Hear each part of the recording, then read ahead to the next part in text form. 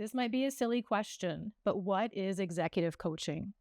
Executive coaching is exactly like normal coaching, except in the business world. I'll unpack it because it's a little bit more than that. So usually when people talk about executive coaching, it makes it sound like it's only at senior levels, but coaching just in general can be applied at like all sorts of different levels in an organization. And if you think of just traditional coaching in anything that someone does, whether it's like, a coach that is part of a soccer team or a weight training coach or any of those things, it's someone with a level of expertise that's helping you achieve a higher level of performance in that arena. So let's just say someone has a personal trainer. Most people can figure out how to exercise. Like, I can go for a run or I can lift some weights.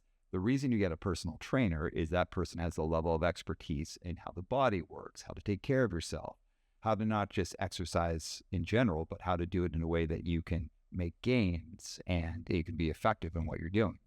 So a coach really is about helping people take things that they can learn how to do in general. You could read a book, you could watch a video, you kind of just figure it out.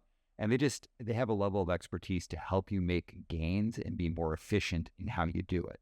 So when it comes to executive coaching, it's like such a huge range of things, but the most basic form, it has to do with like usually communication or leadership.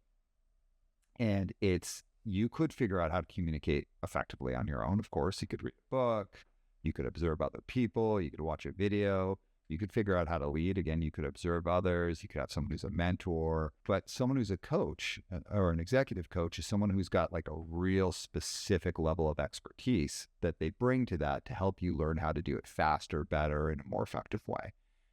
And I do really encourage, I don't like that idea of like tagging executive onto it. It is kind of just part of the industry, but in general, most professionals would benefit from having a coach at some point in their career. People shouldn't feel that they have like endless coaching forever. Think about it as like, if there's something that you're really trying to achieve, like a stretch goal you have. And again, we'll go back to personal training. Let's say someone's going from not really being physically fit at all and wanting to get to like a much higher level of physical fitness. That's where you'd have a personal trainer because it's someone who's taking you into that space.